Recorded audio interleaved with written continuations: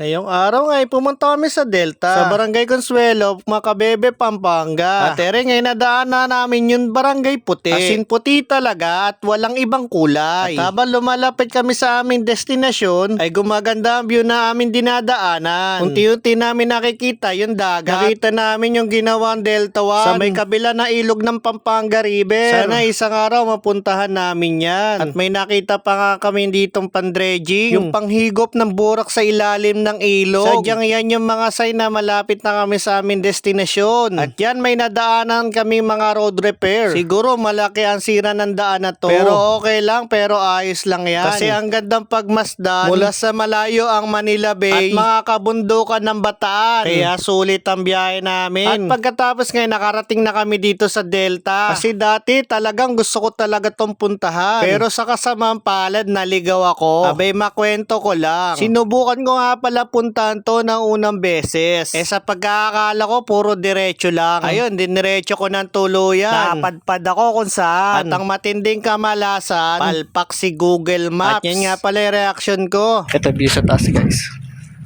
Ganda. Ay.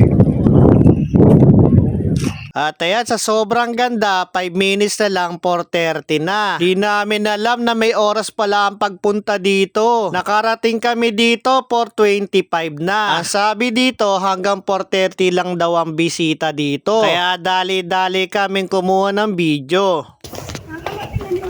Timer. Hanggang 4:30 lang daw po tayo. Dumating po kami ng 4:25.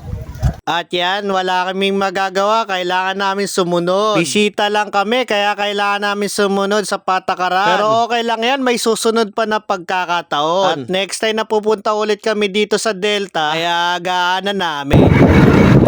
Uwi na kami. Ana, 5 minutes lang. Diyan kayo. Dali. Tapos na kami lumabas. Alam, mag-alas 3. Wala kayo pagdating dito. Next time, magana lang namin.